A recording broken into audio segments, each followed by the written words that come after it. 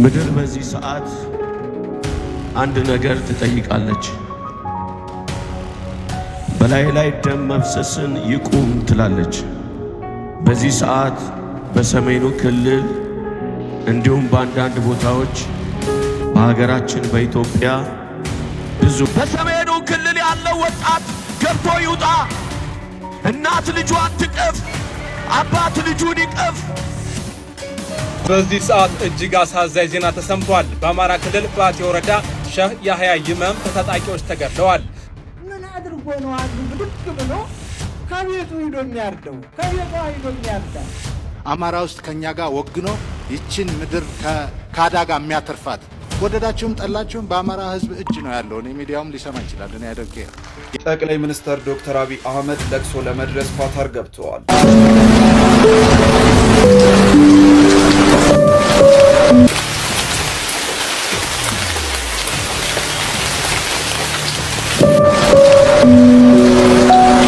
በሚኒሶታ ኢትዮጵያውያን በቅርቡ የገዙት ቤተክርስቲያን የእሳት አደጋ ደረሰበት። በሁለት ሰርች ሻሽ አድርጌ ተኛዋል። ወደ እባብ ተቀይሯል። ትክክለኛ ታሪክ ነው ነገር። እሺ ሁለቱን ግን እባብ ሆኑባታል። ሰላም ጤና ይስጥልኝ፣ እንዴት ናችሁ? ዛሬም በአዳዲስ ቪዲዮዎች ተመልሼ ወደ እናንተ መጥቻለሁኝ። ጫፍ ላይ ያሳየኋችሁ ቪዲዮዎች ሀሳቤን የምሰጥባቸው ቪዲዮዎች ናቸው። ሰሞኑን ሶሻል ሚዲያ ላይ በጣም አነጋጋሪ የሆነ ቪዲዮ እየወጣ ይገኛል። የፕሮቴስታንት እምነት ተከታዮች በአደባባይ ላይ በአስፋልት ላይ ተኝተው ስለ ሀገር ሰላምና ስለ ሀገር ፍቅር እንጸልያለን የሚል ቪዲዮ ወይንም የሚል ስብከት እየሰበኩ ይገኛሉ። ወይንም የታየበት ቪዲዮ አለ። እሱን ቪዲዮ ይዤላችሁ መጥቻለሁ። የእውነት እናንተ ምን ትላላችሁ? ኮሜንት ላይ ሀሳባችሁን ትገልጹልኛላችሁ። እኔም በዛ ጉዳይ መሰረት ወይንም ያንን ቪዲዮ አሳይቻችሁ ሀሳቤን የምሰጥበት ነው የሚሆነው። ሌላው እንግዲህ በአማራ ክልል አንድ የእስልምና እምነት ተከታይ አባት ተገደሉ። ለምንስ ተገደሉ? ለምንስ ሊገድሏቸው ቻሉ? እነሱንስ የገደለ አካል የእውነት ማን ነው? ይህንን ቪዲዮ ይዤላችሁ መጥቻለሁ። ሀሳቤን እሰጣለሁ። ከእናንተ የሚጠበቀው ኮሜንት ላይ ሀሳባችሁን ማጋራት ነው። ሌላው እንግዲህ ጠቅላይ ሚኒስትራችን ዶክተር አብይ አህመድ ከኢትዮጵያ ውጭ እንደወጡ ዜናዎች የተዘገቡ ይገኛሉ። ከኢትዮጵያ ውጭ የወጡበት ጉዳይስ ምንድን ነው? ለቅሶ ለመድረስ ነው። ኢትዮጵያ ውስጥ ያለው መከራ በቅቶ ነው ወይስ ሳይበቃ ነው ከኢትዮጵያ ውጭ ሄዶ ለቅሶ የሚደርሱት? አብረን የምንመለከት ነው የሚሆነው። እንግዲህ ዛሬም በሚኒሶታ ከኢትዮጵያ ውጭ አንድ ቅድስት ቤተክርስቲያን፣ በጣም ግዙፍ የሆነ ቅድስት ቤተክርስቲያን እንደተቃጠለ ሙሉ ለሙሉ እንደወደመ ዜናዎች እየተዘገቡ ቪዲዮዎችም ይወጡ ይገኛሉ። በሱ ጉዳይም ሀሳቤን መስጠት ፈልጋለሁ። ሀሳቤንም እሰጣለሁ።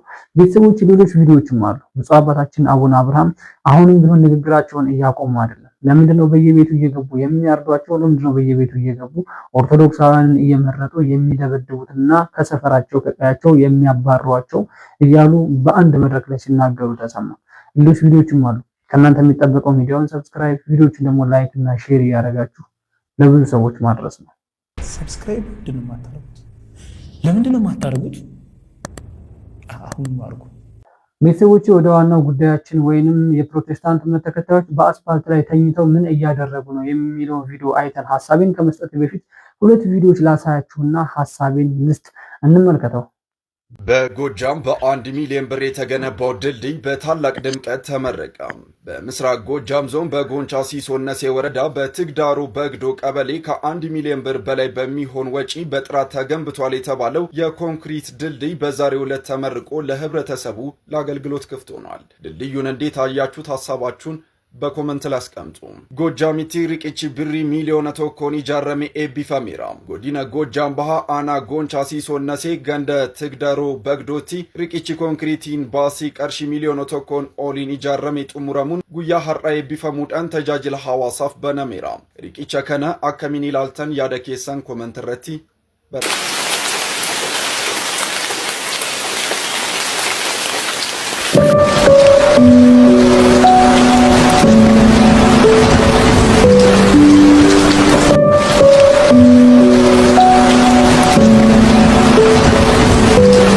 እንግዲህ ሁለቱንም ቪዲዮ አይታችኋል ብዬ አስባለሁ። የመጀመሪያው ቪዲዮ እንግዲህ በአማራ ክልል አንድ ድልድይ ከ1 ሚሊዮን ብር በላይ ወጥቶ የተገነባ በትልቅ ባለስልጣኖችና አመራሮች ሲመረቅ የታየበት ሁኔታ ነው። ሁለተኛው ቪዲዮ ደግሞ አይታችኋል። አዲስ አበባ ውስጥ ነው። አንድ ህንፃ በሚሰራ ጊዜ ከህንፃው ላይ በዝናብም በነፋስም አማካኝነት እየወረደ ሰዎችን መኪናዎችን እየጎዳ የነበረ እንጨት ነው። በሱ ጉዳይ ትንሽ ሀሳቤን ነው መስጠት የምፈልገው። ወደ መጀመሪያው ቪዲዮ ስመለስላችሁ እኔ አንዳንድ ጊዜ ህዝቡን ለምንድነው ሞኝ የሚያደርጉት የሚል ሀሳብ መስጠት እፈልጋለሁ። ህዝቡን ለምንድነው የሚያታሉት? ለምንድነው ሞኝ የሚያደርጉት የሚል ሀሳብ መስጠት ፈልጋለሁ። የእውነት ምንድነው እንግዲህ ከአሁን በፊትም አንድ መናኸሪያ በ20 ሚሊዮን ብር እዚሁ አማራ ክልል አካባቢ ነው በ20 ሚሊዮን ብር መናኸሪያ ገንብተናል በማለት መናኸሪያው አስፋልት አልተደረገም። መናኸሪያው ሳር በሳር ነው፣ ጭቃ በጭቃ ነው። 20 ሚሊዮን ብር ነው። ለምን እንደወጣ 20 ሚሊዮን ብሩ የሚታወቅ ነገር የለም። እንደምትመለከቱት ይሄ ድልድይም እንግዲህ ከ1 ሚሊዮን ብር በላይ ነው የወጣበት። ከስር በስርዓት እንኳን የብረት ርብራብ አልተደረገለትም። እንደምትመለከቱት ድልድዩ ገና ከሆኑ ሰዎች ሳይረግጡት መለመጥ ወይንም ሊሰበር አካባቢ በስርዓት ባላንሱን የጠበቀ ድልድይ አይደለም እየተሰራ ያለው። ይሄ ድልድይ እየተሰራ ያለው ግን ምናልባት በመንግስት በጀትም ሊሆን ይችላል። ምናልባት ደግሞ ህዝቡ ለእናንተ ነው የሚያገለግላቸው፣ ይሄ ድልድይ ቢሰራ ለእናንተ ነው የሚጠቅማችሁ ተብለው ህዝቡ ተዋሽቶ ህዝቡ ተወቁቆ ከህዝቡ ከሚያርሰው ላይ ከሚያገኛት ላይ ከብቱንም በሬውንም በጎቹንም ሸጦ ከሰበሰበው ሰብል ላይም አካፍሎ ሸጦ ነው ይሄ ድልድይ የተሰራው ማለት ነው። ስለዚህ ከፍተኛ አመራሮች እዛ ቦታ ላይ ያላችሁ ህዝቡን ባትሸውዱት፣ ህዝቡን ባታጭበረብሩት በጣም የተሻለ ይሆናል ብዬ አስባለሁ። አንዳንድ ጊዜ ህዝብን የሆነ ጊዜውን ተጠቅሞ ጊዜው ግርግር ነው፣ ጊዜው አሁን በጣም ያስጠላል። ይህን ጊዜ ተጠቅሞ የህዝብን ገንዘብ ማጭበርበርና መብላት በጣም አግባብ ያልሆነ ነገር ነው ብዬ ስለማምን ነው። ለምን በድልድዮቹ ጉዳይ በነገራችን ላይ 12 ሚሊዮን አካባቢ የወጣበት ድልድይም አይተናል። ወደ ጎጃም አካባቢ ይመስለኛል 20 ሚሊዮን ብር የወጣበት መናኸሪያም እዛው አይተናል እና ምንም አይነት ለውጥ የለውም። ሜቢ 20 ሚሊዮን ብር የወጣው መሬቱን እንግዲህ መንግስት ነው እንደዚሁ መናኸሪያ ውስጥ መኪኖች መጠቀም አለበት ተብሎ ነው የሚሰጠው። 20 ሚሊዮን ብር እዛ ቦታ ላይ ምን እንደተደረገ ምን እንደገባ የሚታወቅ ነገር የለም። ምናልባት ይሄ ድልድይ 1 ሚሊዮን ብር ምናምን ቢወጣበት እንኳን ለምንድነው በአግባቡ ያልተሰራው የብዙ ሰዎች ጥያቄ ነው።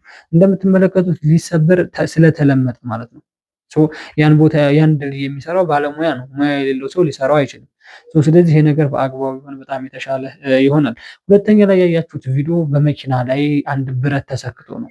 ምናልባት እናንተ ያያችሁት መኪናው ላይ እንዴት ገባ፣ እንዴት እንደዚህ ሊቀረቀርና ብረቱ እንዴት እዛ ውስጥ ሊገባ ቻለ የሚለውን ነገር ሊሆን ይችላል። እኔ ያስገረመኝና ያስደነቀኝ ከዛ ውስጥ ሰው መትረፉ።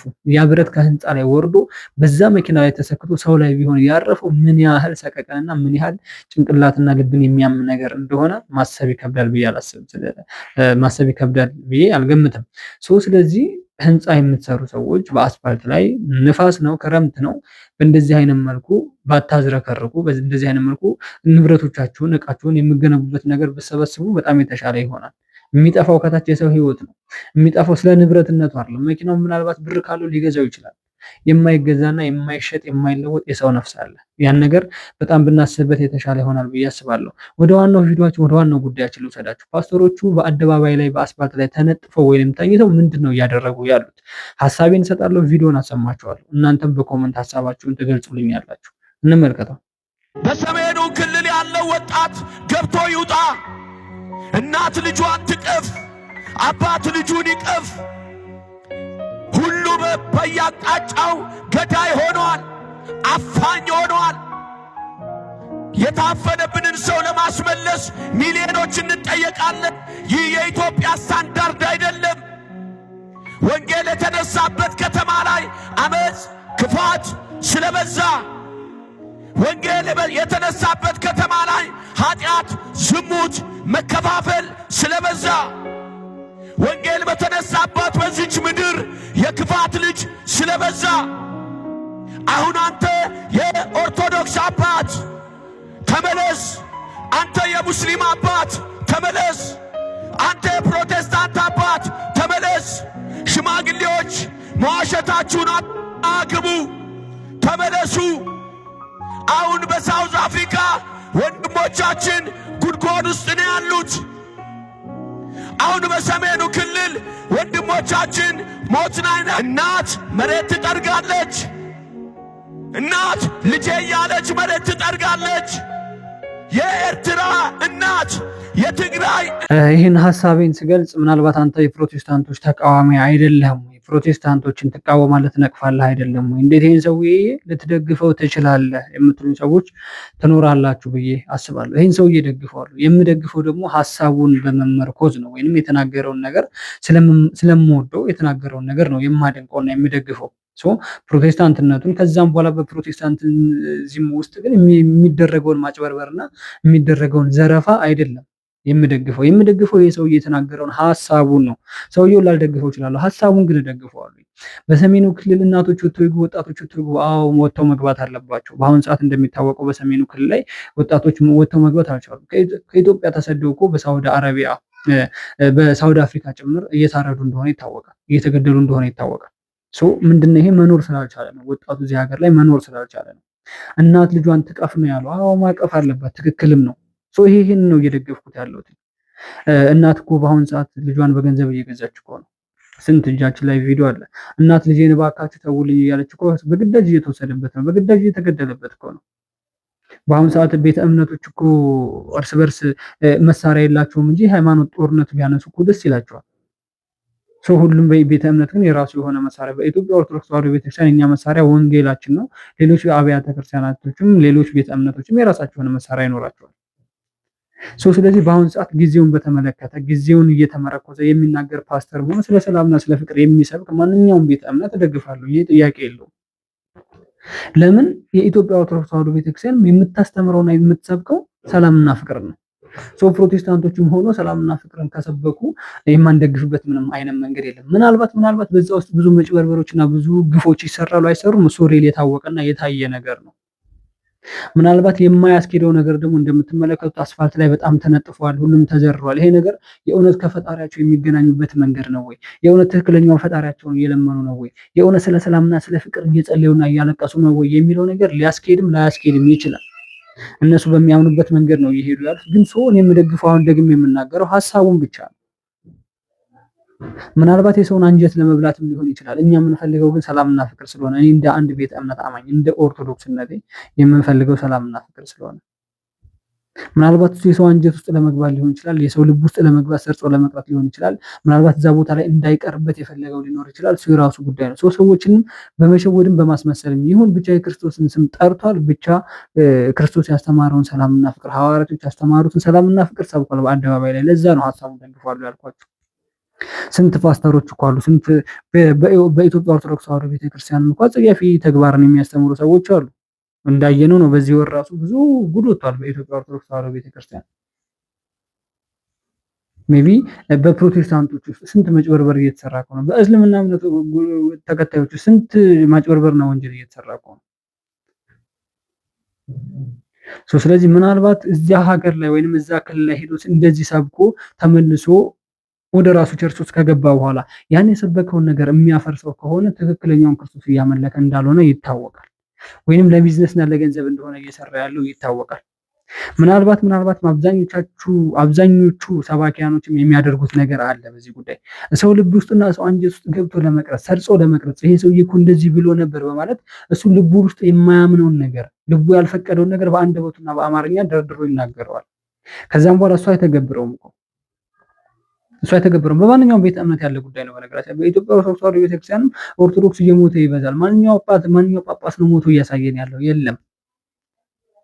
በፕሮቴስታንት ዓለም ኢየሱስ ጌታ ነው፣ ኢየሱስ ስለተሰቀለ እኛም እንሰቀላለን፣ ክርስቶስ ተሰቅሏል፣ እሱ ይታል ተሰቅሎ ያሳየን? የለም እንደዛ የሚባል ነገር። ሜቢ ሰዎች አንጀት ውስጥ ለመግባት ሰው ልብ ውስጥ ገብቶ ለመቅረት የሚደረግ ስራ አለ። እነዛን ስራዎች የሚሰሩ በጣም ብዙ ፓስተሮች አሉ። በዛም ብዙ ፓስተሮች የሚያጭበረብሩ በዛም ብዙ ፓስተሮች አሉ። ይሄን ሰውዬ እኔ ደግፈዋለሁ፣ ሐሳቡንም እጋራዋለሁ ያልኩት እያነሳ ያለውን ሐሳብ በአሁን ሰዓት በኢትዮጵያ ውስጥ ሰላም የለም። በአሁን ሰዓት ክልል ከክልል ብጥብጥ ላይ ነው። በአሁን ሰዓት የሃይማኖት ጦርነት አለ። በአሁን ሰዓት ብሔር ከብሔር ጸብ እኮ ነው። በአሁን ሰዓት እሳት ውስጥ ነው ያለነው። ይሄን ነገር እያየን ይሄን ሐሳብ አለመደገፍ እንደዚህ የእውነት ከልቡ ከሆነ የሚጸልየው አለመደገፍ በጣም ንፉግነት ነው ብዬ ስለማምን ነው። በዙሪያው ብዙ ነገሮች አሉ። አሉ ብዙ መጭበርበሮች አሉ። ጥያቄ የለውም። ብዙ የህዝብ ዘረፋ አለ። ይሄ ጥያቄ የለውም። እያየነው ያለ ነገር ስለሆነ ምናልባት ከስንት አንድ ፓስተሮች እኮ አሉ። እነ ፓስተር ቸሬ ስለ ሰላምና ስለ ፍቅር ነው የሚሰብኩት። የሰውን ቤተ እምነት ያከብራሉ። የራሳቸውም እንዲነካባቸው አይፈልጉም። እንደነዚህ አይነት ፓስተሮች ለሀገርም ይጠቅማሉ፣ ለህዝብም ይጠቅማሉ፣ ህዝብንም ያገለግላሉ። ሌሎች ሰዎች የሚያመልኩት ትክክለኛውን አምላክ ሊሆንም ላይሆንም ይችላል። ብቻ ያምልኩ፣ እኛ እነሱን ግን አንነቁርም። ትክክለኛው አባባል ይሄ ነው። ብትችሉ ነው ያለው ጌታችን መድኃኒታችን ኢየሱስ ክርስቶስ። በፍቅር ኖሮ ነው ያለው። ብትችሉ በፍቅር ኖሮ። ስለዚህ ያን ነገር መተግበር ያስፈልጋል ብዬ አስባለሁኝ። በእንደዚህ አይነት መንገድ ግን ሰው ልብ ውስጥ ገብቶ ለመቅረት ለምን ይሄ ፕሮቴስታንቶች ውስጥ እያየነው ያለ ጉዳይ ስለሆነ ነው። እያየን ያለ ጉዳይ ስለ ሀገር የሚያስብ ቢሆን ኖሮ ብዙ ፓስተሮች አሉ ስለ ሀገራቸው መጸለይ እንጸልያለን ብለው ይችን ሀገር እንደዚህ እናደርጋለን፣ ሃይማኖት ከሃይማኖት ሌሎች ፓስተሮች እኮ እንደውም እኮ ሃይማኖት ከሃይማኖት ሲበጣበጡ ማየት ፈልጋለሁና ለዚህ ዓመት ትንቢት እኮ ነው የሚተነብዩት። ክፋትና ተንኮል እንደዚህ አይነት ነገር ካስተማረ ክርስቶስ አላውቅም። ሰው እንደዚህ አይነት ክፋት ስላላስተማረ የኛ አምላክ እንደዚህ አይነት ደግነትና ስለ ፍቅር ስለሆነ የሰበከው ለዛ ነው ሐሳቡ ልጋራው ያልኳችሁ። ሐሳቤ ይሄን ይመስላል። ወደ ቀጣይ ቪዲዮ ልሰዳችሁ እስኪ። በሚኒሶታ ኢትዮጵያውያን በቅርቡ የገዙት ቤተክርስቲያን የእሳት አደጋ ደረሰበት። መረጃውን በአጭሩ አቀርባለሁ። ዛሬ ሰኞ ረፋድ በሚኒሶታ ግዛት ሮዝሞንት ከተማ በሚገኘው የደብረ ብስራት ቅዱስ ገብርኤልና ቅድስት አርሴማ የኢትዮጵያ ኦርቶዶክስ ተዋሕዶ ቤተክርስቲያን ህንፃ ላይ ከባድ የእሳት አደጋ መድረሱን ዘሀበሻ ከሮዝሞንት ፖሊስ ያገኘው መረጃ አመልክቷል። አደጋው የተከሰተው ከጠዋቱ 10 ሰዓት ከ46 ኤኤም አካባቢ በ3200 ብሎክ 114ኛ ስትሪት ዌስት ላይ በሚገኘው የቤተ ክርስቲያኑ ህንፃ ላይ ነው። አደጋውን ተከትሎ የሮዝሞንት ፖሊስ እንዲሁም ከሮዝሞንትና አፕል ቫሊ ተውጣጡ የእሳት አደጋ ተከላካዮችን ጨምሮ በርካታ የጸጥታና የአደጋ ምላሽ ሰጪ አካላት በስፍራው ተሰማርተዋል። ፖሊስ እንዳስታወቀው አደጋው በተከሰተበት ወቅት በህንፃ ውስጥ ማንም ሰው እንዳልነበረ ይታመናል። ይሁን እንጂ የእሳት አደጋ ተከላካዮቹን ህንፃው ሙሉ በሙሉ ከሰው ነፃ መሆኑን ለማረጋገጥ በአሁኑ ሰዓት ላይ የማረጋገጥ ስራ እያከናወኑ እንደሚገኙ ታውቋል። የዘሀበሻ ዘጋቢ እንደተመለከተው ህንፃው ከውጭ ሲታይ በቤተክርስቲያኑ ጣራ ላይ ከፍተኛ ጉዳት ደርሷል። ይህ የእሳት አደጋ የደረሰበት የቤተክርስቲያኑ ሰው ኢትዮጵያውያኑ ከወራት በፊት ገዝተው ያስመረቁት ነው። የተሰማሩት በርካታ የጸጥታ አካላት በስፍራው ከፍተኛ እንቅስቃሴ ያደረጉ ሲሆን ክስተቱን አስመልክቶ ተጨማሪ መረጃ እንደሚሰጥ ፖሊስ አበርክቷል። ዘሀበሻም ሌሎች መረጃዎች አጠናክሮ ይዘው ይመለሳል። በሚኒሶታ እንግዲህ የደረሰው የእሳት አደጋ በቅድስት ቤተክርስቲያን ላይ በጣም የሚያሳዝን ነው። ኢትዮጵያውያኖች እንዲሁም ኦርቶዶክሳውያኖች በአንድ ላይ በመሆን ነው ይህን ቅድስት ቤተክርስቲያን የሰሩት ወይም የገዙት ማለት ነው። እንደምትመለከቱት ቤተክርስቲያኑ በእንደዚህ አይነት መልኩ ነው ተቃጥሎ ያለቀው ማለት ነው። ምን አይነት እሳት አደጋ እንደተፈጠረ በነገራችን ላይ ይህን ነገር ማለት የምፈልገው ቅድስት ቤተክርስቲያኑ ታንጾ አይደለም ወይም ከስር ከመሰረቱ ሳይሆን ከነበሩ እኔ ጋር በደረሰኝ መረጃ መሰረት ከነበሩ ፕሮቴስታንቶች ላይ የተገዛ ቤተክርስቲያኑ አይነት ነገር ነው እየሰማሁ ያለሁት።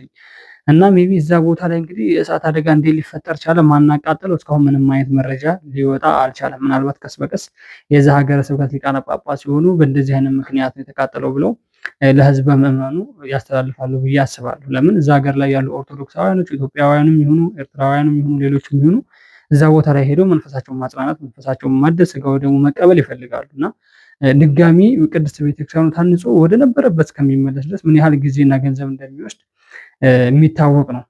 በጣም ከባድ እንደሆነ ማለት ነው። ስለዚህ ይህን ነገር ግን በቅድስት ቤተክርስቲያን ላይ በሀገር ውስጥም ከሀገር ውጭም የኢትዮጵያ ኦርቶዶክስ ተዋሕዶ ቤተክርስቲያን ውስጥና ላይ ነው ፈተናና መከራ እየበዛባት ያለው።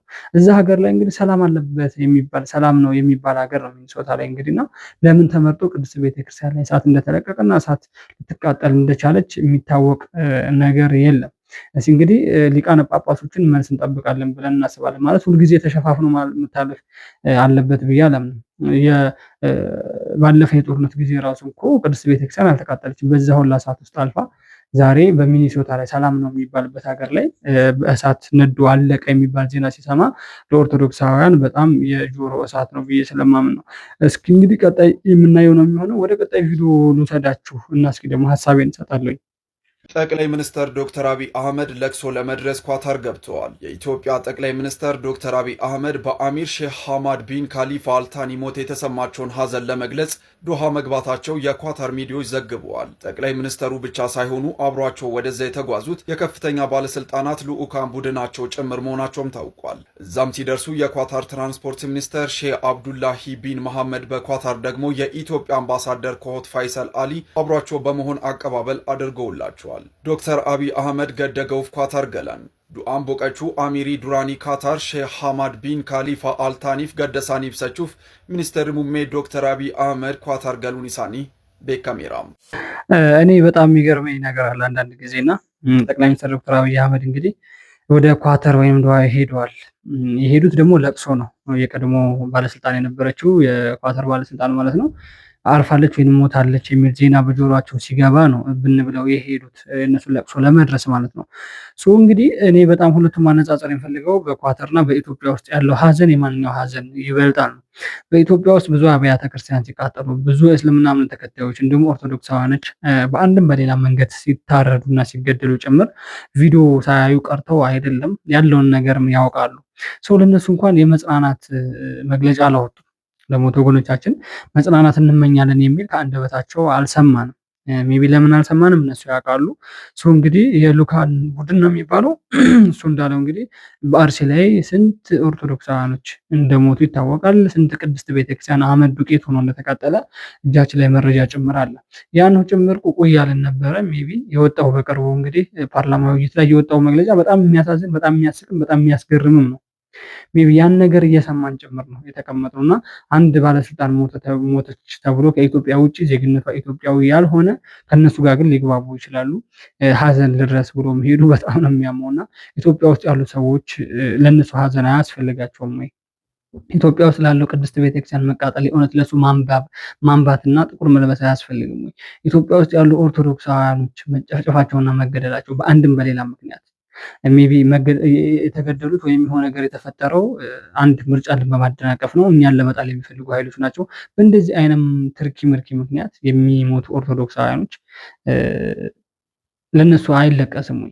የእውነት ሀገራቸውን እየጠበቁ ያሉ መከላከያ ሰራዊቶች አሉ፣ ፌዴራል ፖሊሶች አሉ፣ ስንት ደማቸውን እያፈሰሱ እጅና እግራቸውን እየተቆረጡ በክራንች የሚሄዱ ሀገር መከላከያ ሰራዊቶች አሉ።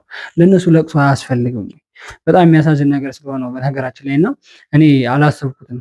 እንዴት አንድ ባለስልጣን ሞተ ተብሎ ኢትዮጵያ ውስጥ ስንትና ስንት ህዝብ እየሞተ በሃይማኖትም በብሔርም በተለያዩ ጉዳዮች ስንት ኦሮሚያ ክልል፣ አማራ ክልል፣ ትግራይ ክልል ስንት ኦርቶዶክሳውያኖች ይሁኑም አይሁኑም ብቻ ሰው የተባለ ዘር እየሞተ በአንድም በሌላ ምክንያት በግፍ እየተገደለ ለነሱ ሀዘን ሳይደርሱ እንዴት ውጪ ሄደ? የብዙ ሰዎች ጥያቄ ስለሆነ ነው። በነገራችን ላይ ወደ ቀጣይ ቪዲዮ ልሰዳችሁ። እስኪ እዚህ ላይ ኮመንታችሁን ሀሳባችሁን ጻፉልኝ። ምን ትላላችሁ? ቀጣይ ቪዲዮ እንግዲህ በአማራ ክልል አንድ እስልምና እምነት ተከታይ አባት ተገደሉ የሚባል ዜናዎች እየወጡ ይገኛሉ። እስኪ ዜናውን እንስማና ሀሳቤን እንሰጣለሁ። በዚህ ሰዓት እጅግ አሳዛኝ ዜና ተሰምቷል። በአማራ ክልል ባቲ ወረዳ ሸህ ያህያ ይመም በታጣቂዎች ተገድለዋል። በአማራ ክልል የባቲ ወረዳ ባለውለታ የሃይማኖት አባትና ታዋቂ የሀገር ሽማግሌ የነበሩት ሸህ ያህያ ይመም በታጣቂዎች በግፍ መገደላቸው ተሰምቷል። ሸህ ያህያ ይመም ማህበረሰቡ በፍቅር በእርቅና በመቻቻል በማገልገል የተጣሉትን በማስታረቅና ወጣቶችን በመልካም ስነ ምግባር በመምራት የሚታወቁ ትልቅ የሰላም አባት ነበሩ። እንግዲህ ሼሁ ምን አጥፍተው እንደሆነ አይታወቅም። በታጣቂዎች እንደተገደሉ መረጃዎች እየወጡ ይገኛሉ። እነዚህ ታጣቂዎች ምንድን ናቸው አይታወቅም፣ ግን ያልታወቁ የታጠቁ ኃይሎች ናቸው የሚባሉት። በነገራችን ላይ እኛ ስንቃወም ሰላምን ስለምንፈልግ፣ ፍቅርን ስለምንፈልግ፣ ማህበረሰቡ የተሰቃየ ስለሆነ ሁሉንም ክልል ነው አማራ ክልል ተወላጅ ስለሆንኩ፣ ኦሮሚያ ክልል ተወላጅ ስለሆንኩ ምናምን ነገር አይደለም። የቤተ ክርስቲያን አባቶችን፣ የቤተ ክርስቲያን አገልጋዮች እንዲሁም የቤተ እምነት አባቶችን የሀገር ሽማግሌ ናቸው ተብሎ የተመሰከረላቸውን ሰዎች እያደኑ እያሳደዱ ማጥቃት በጣም ነውር ነው። በጣም ወንጀልም ነው። ሜቢ እኚህ ሰዎች እኮ የሀገር ሽማግሌ የተባሉበት የራሳቸው የሆነ ትልቅ ስራ ሰርተው እኮ ነው። ማህበረሰቡን በማስታረቅ ነው የሚታወቁት። ቤተ እምነት ከቤተ እምነት ሲጋጩ እነሱን በማስማማት ነው የሚታወቁት። ስለ ፍቅርና ስለ ሰላም ሲሰብኩ ነው የሚታወቁት። ትልቅ ሼሆች በእንደዚህ አይነት መንገድ ነው የምናውቃቸው። ምናልባት ከታች ወንጌልን የማያውቁ በኦርቶዶክስ ውስጥ፣ በፕሮቴስታንት ውስጥ፣ በእስልምና ውስጥ ደግሞ ቁርአንን ጠንቅቀው የማያውቁ ሰዎች ብሔር ከብሔር ሃይማኖት ከሃይማኖት እንዲጋጭ የሚያደርጉ ብዙ ወጣቶች አሉ። እጃችን ላይ ቪዲዮ ስላለ ጭምር አንድ እስልምና እምነት ተከታይ 2000 ወይም 200 ኦርቶዶክሶችን ከገደለ ይጸድቃል ብሎ የሚያስተምር ሰው ጭምር አለ። ቪዲዮ አለ አስፈላጊ ከሆነ።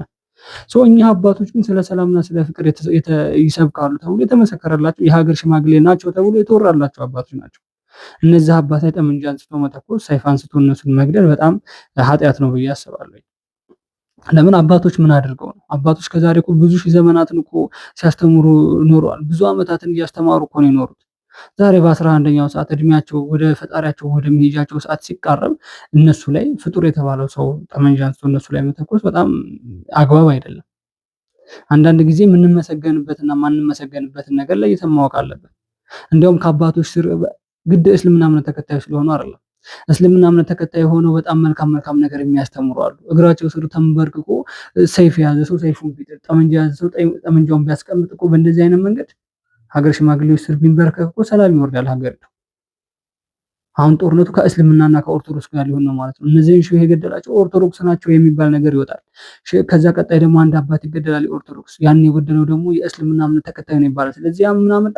የእስልምናና የኦርቶዶክስን ጸብ ወይንም ብጥብጥ ያመጣል ማለት ነው። በዚህ ጉዳይ እኔ አንድ ነገር ግርም ይለኛል በጣም። ብዙ አባቶች ሞቱ፣ ብዙ አባቶች ተገደሉ ሲባል የኢትዮጵያ ኦርቶዶክስ ተዋሕዶ ቤተክርስቲያን አባቶች ናቸው፣ እንዲሁም የእስልምና እምነት ተከታይ አባቶች ናቸው። ኡስታዞች ወይንም እነዚህ ትልልቅ አባቶች የሀገር ሽማግሌዎች የሚባሉ በእስልምናና በኦርቶዶክስ ላይ ብቻ ነው ይሄ ነገር እየበዛ ያለው። ስለዚህ ኦርቶዶክስና እስልምናን ጦር እንዲያነሱ የሚፈልግ ኃይል እንዳለ ነው ማለት የሚያሳየው ማለት ነው። ለምን ሞቱ ሲባል በባለፈ መካነ ሰላም ላይ ነው የት ነው አማራ ክልል ላይ እንደዚሁ የእስልምና አባት የሆኑት ከል የሚባሉ በታጠቁ ባልታወቁ ኃይሎች ተገደሉ ተባለ። ከዛም በኋላ ፋኖ የሚባለው ግሩፕ ወይም ፋኖ የሚባለው ቲም ነው የገደላቸው የሚባል ነገር መጣ። ለምን? የእስልምና እምነት ተከታዮች። ከዛም በኋላ ደግሞ ወለጋ ላይ እና የተለያዩ ኦሮሚያ ክልሎች ላይ የኦርቶዶክስ ቤተክርስቲያን አስተዳዳሪዎች የኦርቶዶክስ አባቶች ተገደሉ ሲባል ሸኔ ነው የገደላቸው። ስለዚህ ይሄ ነገር እየመጣ ያለው በኦርቶዶክስ አባቶችና በእስልምና አባቶች ላይ ነው። ከትናንት ወዲያ አይተናል። አሰቦት ገዳም ላይ ቤተክርስቲያን ካህናት የተገደሉ፣ ስለ ዓለም ኑሮ የማይጨንቃቸው ስለ ቤተክርስቲያናቸው ብቻና ስለ መንጋቸው የሚጨነቁ አባቶች ናቸው የተገደሉ የነበሩት። ሌሎች ቤተ እምነቶች ላይ ግን እንደዚህ ለምሳሌ ፕሮቴስታንት ላይ እንደዚህ አይነት ነገር ሲደረግ ተሰምቶም አይታወቅም። የፕሮቴስታንት አባት ማን ነው ወይንም የፕሮቴስታንት ፓስተር የሚባለው በእንደዚህ አይነት ጉዳይ ተገደለ ወይም ተጠቃ የሚባል ነገር ሰምታችሁ ታውቃላችሁ? እስከዛሬ ድረስ እኔ ሰምቼ ስለማላውቅ ነው በነገራችን ላይ። ስለዚህ ኦርቶዶክስና የእስልምና እንዲበጣበጡ፣ የኦርቶዶክስን አባትና የእስልምናዎችን አባት እንዲጠላሉ፣ የእስልምና ሃይማኖት ተቋምን ከኦርቶዶክስ እምነት ጋር እንዲበጣበጥ እያደረጉ ያሉ ብጥብጣቸው የሚያስደስተው ሰላማቸው የማያስደስተው የሚከፋው ሰላም ሲሆኑ አካል አለ። ስለዚህ ይሄ ነገር በግልጽ ቢታወቅ በጣም የተሻለ ይሆናል ብዬ አስባለሁ። ከትናንት ወዲያ በኦርቶዶክስ ላይ እየደረሰ ያለው መከራ ዛሬ በእስልምናዎች ላይ እየደረሰ ነው። ከትናንት ወዲያ ቤት ተቃጥሏል፣ መስጊዶቹም ተቃጥሏል፣ የኦርቶዶክስ ተዋሕዶ ቤተክርስቲያንም ተቃጥሏል እናውቃለን።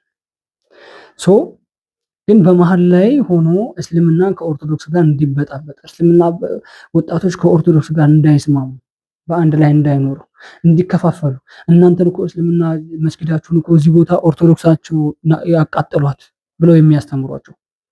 ከዛም በኋላ ወጣቱ አሁን ላይ ያለው ጀነሬሽን ወጣት ምን ይላል? ኦርቶዶክስን መግደልና ማጥፋት አለብን ብሎ ቪዲዮ ጭምር የሚሰራ ወጣት ተፈራ ማለት ነው።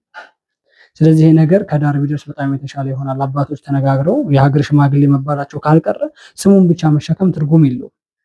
የሀገር ሽማግሌ ናቸው፣ የቤተክርስቲያን ጳጳስ ናቸው፣ አስተዳዳሪ ናቸው፣ ከሌ ናቸው ምናምን የሚባለው ነገር ስም መሸከም ትርጉም የለውም። ከግራም ከቀኝም ብለው ወጣቱ ሰላማዊ በሆነ ጀነሬሽን ቢቀጥል በጣም የተሻለ ይሆናል ብዬ መልእክት ማስተላለፍ ፈልጋለሁኝ። ወደ ቀጣይ ቪዲዮ እንሂድ እስኪ። ምን አድርጎ ነው አንዱ ብድግ ብሎ ከቤቱ ሂዶ የሚያርደው? ከቤቷ ሂዶ የሚያርዳት ምን አድርጎት ነው የሚገድለው? ምን በድላ ነው? ምን በድሎ ነው?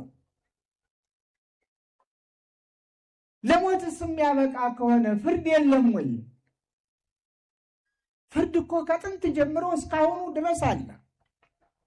አንድ ሰው ይታሰርም ሲባል በሕግ ተፈርዶበት፣ አንድ ሰው ይሙትም ሲባል በሕግ ተበይኖበት ተፈርዶበት እንጂ ሰው ጉልበት አለኝ ብሎ እንዴት ወንድሙን ወንድም ይገለዋል? ውረድ እንውረድ ተባብለው ለመገዳደል የሚቀርቡትን አይደለም እያልኩ ያለሁት። እነዚያን ሰላም ስጡን፣ ሰላም ሁኑ ነው የምንል። እቤቱ አርፎ የተኛውን ሰው ከቤቷ የተኛችውን ከቤቱ የተቀመጠውን ከቤቷ የተቀመጠችውን ለአምልኮ ወደሚያመልክበት ቦታ የሄደችውን እንደዚህ አይነቱን መግደል ምን አመጣው? ይሄ የትውልዱ የማንነቱን መጥፋት ያሳየናል። በነገራችን ላይ በዚህ ጉዳይ ብፁዕ አባታችን አቡነ አብርሃም ሁልጊዜ እየተናገሩ ያለት ጉዳይ ነው። ግድ የራሳቸው ሀገረ ስብከት ላይ እየደረሰ ያለውን በደልና ጥቃት ብቻ አይደለም እየተቃወሙና እያወገዙ ያሉት። በየትኛውም ሀገረ ስብከት የትኛውም ሊቀ ጳጳስ የሚመራው ሀገረ ስብከት ላይ እንደዚህ አይነት በኦርቶዶክስ እና በእስልምናዎች ላይ እንዲሁም በሌሎች ቤተ እምነቶች ላይ ሰው በተባለ ዘር ላይ የሚደርሰውን ጥቃት ሁሌ እንዳወገዙና እንደተቃወሙ ናቸው። እንደሱ አይነት 5-6 አባት ቢኖራት ቅድስት ቤተክርስቲያን የትደርስ ነበር ብዬ አስባለሁ፣ በራሴ በኩል ማለት ነው። እየተገደሉ ያሉት ቤታቸው በተገባበት ነው። ምን ወለ አርሲ ላይ የምናስታውስ እኮ በዚህ በ2 ወር በ3 ወር ብቻ በየቤታቸው እየተለቀሙ ነው የተወሰዱት። በየቤታቸው የተገቡ ነው የተገደሉት። ኦርቶዶክስ ስለሆኑ አንገታቸው ላይ ማህተም ስላንጠለጠሉ። ወይ ሙስሊም ትሆናለህ ወይንም ኦርቶዶክስ ሆነ ቤተክርስቲያንን ታቃጥላለህ፣ ካለበለዚያ ግብር እየከፈልክ ትኖራለህ። ቪዲዮ ጭምር ነው እየሰሩ ያሉት። ከዛን ውጭ ደግሞ የገና ህፃኖችን ታዳጊ ኦርቶዶክሳውያኖችን ገና ምንም የማያውቁትን ማገናዘብ በደንብ የማይችሉ ህፃኖችን አንገታችሁ ላይ ያለው መስቀል መጥፎ ነው፣ አንገታችሁ ላይ ያደረጋችሁት መስቀል ይገድላችኋል፣ ያጠፋችኋል፣ ስህተት ነው በማለት ኢቭን በገጀራ አንገታችሁ ላይ ያለውን መስቀል እስከመበጠስ ቪዲዮ እየቀረጹ በጥሰው እስከ መጣል ድረስ የደረሱበት ሁኔታ አለው። ይሄ ህግ ባለበት ሀገር ላይ ነው እየኖሩ ያለ ነው። የኦርቶዶክስ ተዋህዶ ቤተክርስቲያን እና ህዝብ ምዕመኖቿ ለምን እንደማይፈልጉ አይታወቅም። በመንግስትም ግን በማንኛውም ደረጃ የኢትዮጵያ ኦርቶዶክስ ተዋህዶ ቤተክርስቲያን ለሀገራችን ቅርስ ናት፣ ወደ ክርስቶስም መጸለይ ናት፣ አባቶችንም እንወዳለን እናከብራለን። ለሀገር ልማት ይሁን ለየትኛውም ነገር ስንጠይቅ ቀድመን የምንጠይቀው የኢትዮጵያ ኦርቶዶክስ ተዋህዶ ቤተክርስቲያን ነው። እነሱም ደግሞ አያሳፍሩንም ብሎ ቃል በቃል ይናገራሉ። ህዝበ ምዕመኖቿ ግን ከአንድም በሌላ መንገድ በተለያየ መንገድ ሲጨፈጨፉ ግን ማንም እየተቆረቆረላቸው አይደለም። በተለይ ስልጣን ላይ ያሉ ሰዎች ዛሬ ጠቅላይ ሚኒስትሩ አንድ ግለሰብ ሞተ ብለው ነው ከኢትዮጵያ ውጭ ኳተር የሄዱት ለቅሶ ለመሄድ። አርሲ ላይ ስንት ኦርቶዶክሳውያኖች ናቸው የታረዱት? አርሲ ላይ ስንት ኦርቶዶክስ ነው የተገደለው? ስንት ኦርቶዶክስ ነው ከሰፈሩ ከቀዬው ከከብቶቹ ከቤተሰቦቹ ተለይቶ ጫካ እየኖረ ያለው? ዛፍ ላይ ተንጠልጥሎ እያደረ ያለው ሰው ነው። ሜቢ ይሄን ነገር ብናገናዘብ ጥሩ ነው ብዬ አስባለሁ። ብፁዕ አባታችን በነገራችን ላይ ሁሌ እየተናገሩ ስለሆነ ሁሌም እኔ ከቪዲዮ ላይ አለያቸውም። ለምን የሚናገሩት ነገር ትክክለኛ ስለሆነ ስለ ቤተክርስቲያናቸውና ስለ ህዝባቸው ስለሚቆረቆሩ፣ ስለ ህዝብ ብቻ ስላችሁ ስለ ኦርቶዶክስ ብቻ አይደለም፣ ስለ ማንኛውም ኢትዮጵያ ላይ እየኖረ እየተገፋ ስላለው ህዝብ እየተቆረቆሩ ስለሆነ ማለት ነው። እኔ ሀሳባቸውን በጣም ስለምደግፍ ነው። አንድ ቪዲዮ ላሳያቸው እስኪ። ፓርላማ ላይ አንድ ትልቅ ሰው በእንደዚህ አይነት መልኩ ሲናገር አየሁ። ሜቢ ምን ያክል ጫና አለ ለካ አማራ ክልል ላይ ምን ያክል ህዝብ ባልሆነ መንገድ እየተገፋና እየተገረፈ ነው ያለው የሚለው ነገር በአደባባይ የተናገረ ቪዲዮ አለ። አማራ ውስጥ ከኛ ጋር ወግኖ ይችን ምድር ከአደጋ የሚያተርፋት ወደዳችሁም ጠላችሁም በአማራ ህዝብ እጅ ነው ያለው። እኔ ሚዲያውም ሊሰማ ይችላል። እኔ አይደንከ የኢትዮጵያ ህልውና ያለው ምክንያቱም ኢትዮጵያዊ ደሙ ውስጥ ነው ያለው። አሁን እኔ ፋቅ ብትሉኝ መፋቅ አልችልም፣ ልጆቼም አይፍቁም እንኳን እኔ እና ስለዚህ እዚህ ህዝብ ላይ ስላለ እንታደግ ካላችሁ አዴፓ ኢንቴሌክቹዋል ፓወር ሆኖ መውጣት አለበት። አሁን ጡንቻ አይደለም የሚያገለግለው፣ የተማረ ልብ ዊዝደም ዋይዝነት እና ኢንቴሌክቹዋል ፓወር ነው አሸናፊ ሊሆን የሚችለው። ስለዚህ ወረቀት እየበተናችሁ የፈለጋችሁትን የምትሰበስቡ ከሆነ ያው ታሪክ እየደገማችሁ ነው ብዬ ነው እኔ የምደመድመው። ግን እናንተ ሃንት ማድረግ አለባችሁ። ኢንቴሌክቹዋልስ ከዚህ በፊት ኢንቴሌክቹዋልስ ሲያባረር ነው የኖረው የቆየው ድርጅት።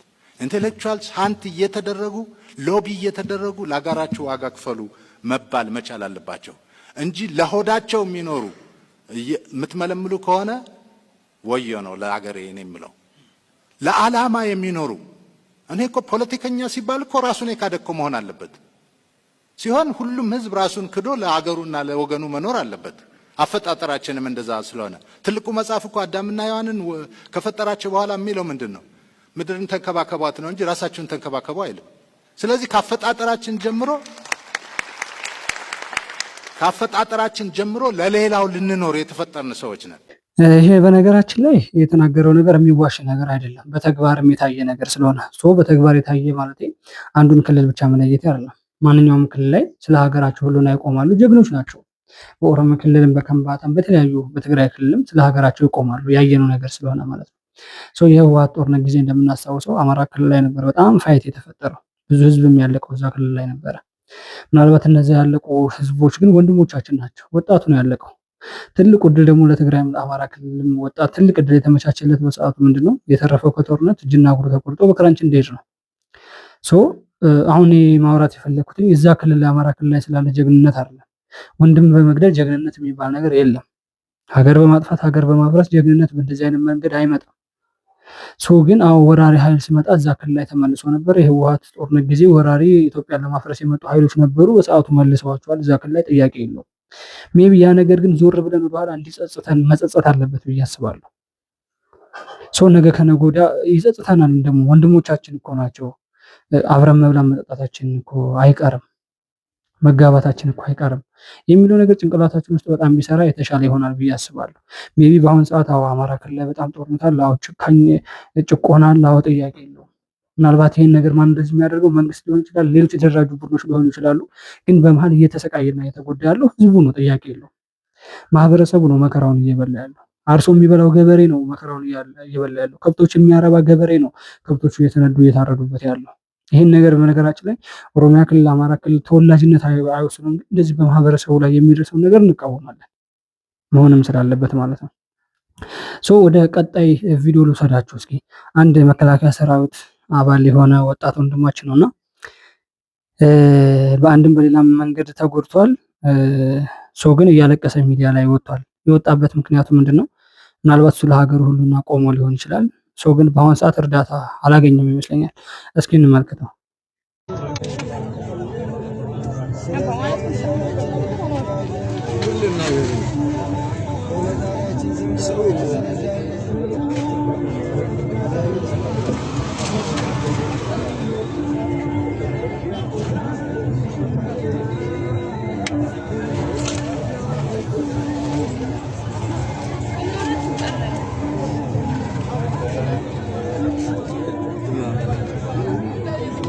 ምን ማለት እንችላለን? ወታደር ነው ብለን ከመናገር በላይ ምን ከዚህ በላይ ምን አለ?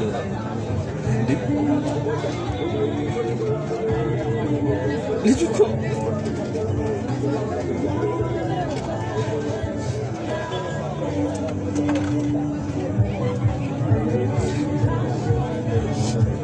ይህን ህዝብ እኮ ሰላም እንዲሆን ለማድረግ ስንት ቀን ሙሉ ሳይበላ የሚያድርበት ጊዜ አለ።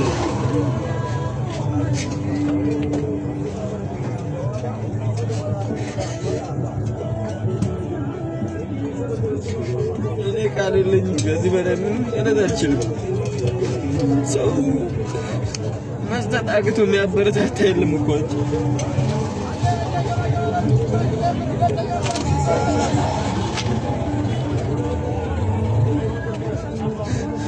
ምን ትያለሽማ?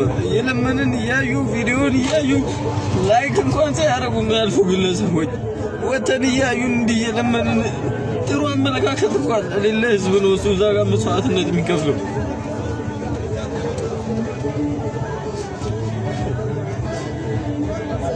ሀገሩን እኮ ሰላም ለማድረግ እግዚአብሔርን ስንት ቀን ሙሉ ሳይበላ እኮ በበረሃ የሚያሳልፍበት ጊዜ አለ በጫካ። ይህ ህዝብ ግን መስዋዕትነት የሚከፈልለት አይደለም።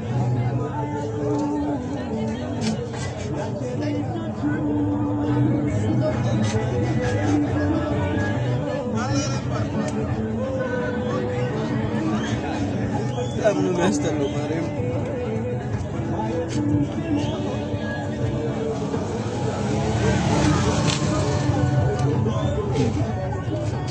ሁሉ ጊዜ ታሞ ሆስፒታል ውስጥ መቀመጥ ነበረበት። ስንት ሚሊዮን ህዝብ አለ ኢትዮጵያ ውስጥ። አንድ ብር እኮ ከኪሱ ቢያወጣ ልጅ መዳን ይችላል። ይሄ ልጅ እንግዲህ ታሪኩን እንደሰማሁት እሱም እንደተናገረው ከሆነ ለሀገር መከላከያ ሰራዊት ውስጥ በመቀላቀል ያገለግል ነበር። ለሀገሩ ዘብ የቆመ ነበረ። ሀገሩን እየጠበቀ የነበረ ወጣት ወንድማችን ነው። በአሁኑ ሰዓት እንግዲህ በአንድም በሌላ መንገድ ጉዳት ደርሶበት መንገድ ላይ እየለመነ ያለ ይመስለኛል። በእንደዚህ አይነት ታሪክ ነው የተረዳሁትና ማህበረሰቡ ደግሞ እንግዲህ እሱ እንደተናገረው ምንም አይነት ኪሳቸው ገብተው ሊረዱትም ሊያግዙትም ፈቃደኛ አይደሉም። ምናልባት ይሄ ልጅ እኛ እንደምንራመደው ይራመድ ነበር ካሁን በፊት። ምናልባት ይሄ ልጅ እኛ እንደምንሆነው ይሆን ነበር ካሁን በፊት። ምናልባት እኛን ለመጠበቅ የእኛን መብት ለማስከበር ነው ዳር ድንበር ወጥቶ ዝናብና ፀሐይ ሲፈራረቅበት የነበረው ማለት ነው። ስለዚህ ምናልባት አሁን እኔ በተረዳሁት ልክ ነው የምነግራችሁ። በተረዳሁት ልክ የእርዳታ ጥሪ እያደረገ ባለበት ሰዓት እዛ ቦታ ላይ የእርዳታ ጥሪ ማድረግ አትችልም አይነት ነገር ተብሎ ተከልክሎ ነው እንደሰማሁት ከሆነ። የሆነ ቦታ ተቀምጦ ሊሆን ይችላል፣ እርዱኛ አይነት ነገር እያለ የሀዘን ሙዚቃም ከፍቶ ተቀምጦ ሊሆን ይችላል። ከዛ ቦታ ላይ ግን መቀመጥ አትችልም። ከአሁን በፊት በነገራችን ላይ አሁን መቀመጥ አትችልም ብለው የከለከሉትን ሰዎች መብታቸውን ያስከበረው እሱ ነበረ። ቢገባን ኖሮ ደንቦች ሊሆኑ ይችላሉ፣ የተለያዩ ህግ አካሎች ሊሆኑ ይችላሉ። አንተ እዚህ ቦታ ተቀምጠህ መለመን አትችልም ብለው ከዛ ቦታ ላይ ያስነሱትን ሰዎች መብታቸውን ያስከብራላቸው፣ ዳር ድንበር ላይ የቆመላቸው፣ ወራሪ ኃይል እንዳይገባ የታገለላቸው እሱ ነበረ። እኔ በሚገባ ይልክ ማለት ነው። ስለዚህ ሁሌ ክብር ለመከላከያ ሰራዊት ያስፈልጋል የሚለው ይህን በተመለከተ ነው። እነሱ እግርና እጃቸውን አጥተው እኛን ይጠብቃሉ። ብርድና ፀሐይ እየተፈራረቀባቸው ዝናብና ጎርፍ እየወሰዳቸው ጭምር የኛ መብት ተከብሮ ይኖራል። ሜቢ በእንደዚህ አይነት መልኩ መብታቸው ቢከበርላቸው ደስ ይላል በጣም። ለምን ከአንድ ወር ከሁለት ወር በፊት ይመስለኛል ደብረ ዘይት አካባቢ እኛ የሀገር መከላከያ ሰራዊቶች በአንድም በሌላ መንገድ እግራችንና እጃችን የተጎዳ ሙሉ ጤንነት የሌለን የሆነ ንብረት ይሰጠን እያሉ ጭምር ሰልፍ የወጡበት ጊዜ ነበረ። ያ እንግዲህ ምን ላይ እንደደረሰ እስካሁን ድረስ አይታወቅም። ሜቢ ግን አንዳንድ ጊዜ የሆነ አካል የማያቸው ግን ለሀገራቸው ዘብ ሲቆሙ አካላታቸው የጎደሉ ሰዎች አሉ። ብዙዎችን እያየናቸው ስለሆነ እነሱ ምን ላይ ናቸው? ብናገዛቸው ምን ይመስላችኋል? ሰውን ያግዘኝ እንደዚህ አድርግልኝ ብሎኝ አይደለም። ሶሻል ሚዲያ ላይ ግን ሲያለቅስ አየሁት። እንደ ወንድ ልጅም ምናልባት በእኔ በኩል ትንሽ ሰዎች ጋር ቢደርስለት ብዬ ይህንን ቪዲዮ ሰራሁኝ። ወደ መጨረሻው ቪዲዮ ልውሰዳችሁ፣ አንድ ታሪክ ላሰማችሁ። ይሄ ታሪክም በማን ያዘዋል እሸቱ ላይ የቀረበች ልጅ ነች። ምንድን ነው ልታጋራን የቻለችውና የፈለገችው? ይሄ በነገራችን ላይ እሷ የተናገረችውን በደንብ የምትሰሙ ከሆነ ትረዱታላችሁ ብዬ አስባለሁ። እንስማው። አንድ ነገር ልንገር። አንድ ጓደኛ አለችኝ ዩቲዩብ አላትና ገጠመኛዋ ላይ ስታወራ ልጅቷ ራሷን የነገረቻት ሂውማን ተሰፋዋለች። እዚህ ቦሌ አካባቢ መጥቼና እንደዚህ በሁለት ሰርቼው ሻሽ አድርጌ ተኛዋለች። ወደ እባብ ተቀይሯል። ትክክለኛ ታሪክ ነው የምነግር። እሺ ሁለቱ እንትን እባብ ሆኖባታል። ምንድነው በቃ የሆነ ባድ ነገር ይሰማኛል አለች። ምንም አልገባትም፣ እሷ አላወቀች። መብራቱን አብርቼ ሳይ ይሄና ይሄ እባብ ሆኗል አለች። ከዛ ስጮህ ቤተሰቦቼ መጧለች። በመጥረቢያ ቁርጥ ቁርጥ አረጉትና ጣሉልኝ ከላይ ላይ አለች። እነሱ ሲቆርጡት ሂውማን ነው፣ ለሷም ነው የሚታያት እባብ ሆኖ ቁረጡልኝ ብያለችና ከዛም ተረጋጋሁ ምናምን እነሱ መጡ አለችና መናፍስቱ በመስኮት ገብቷለች። ልጄን ገደልሽብኝ ያለቅሽ ብሎኝ ወጣለች። ከዛም በኋላ ማይነጋ የለም እንዴትም ነጋልኝ። አውጥቼ አቃጠልኩ፣ ከጸጉሬንም ተላጫለች። እስካሁን ሂውማን የነካው ስለሆነና ይሄን አክል ነው ሂውማን። የዳቢሎስ ልጅ ነው እንግዲህ ልጄን ገደልሽብኝ ነው ያላትና አሁን ላይ በግልጽ እየወጣ እኮ ነው የሚሰራበት ማቴሪያል ምናምን አሁን በግልጽ እየተነገረ ነው።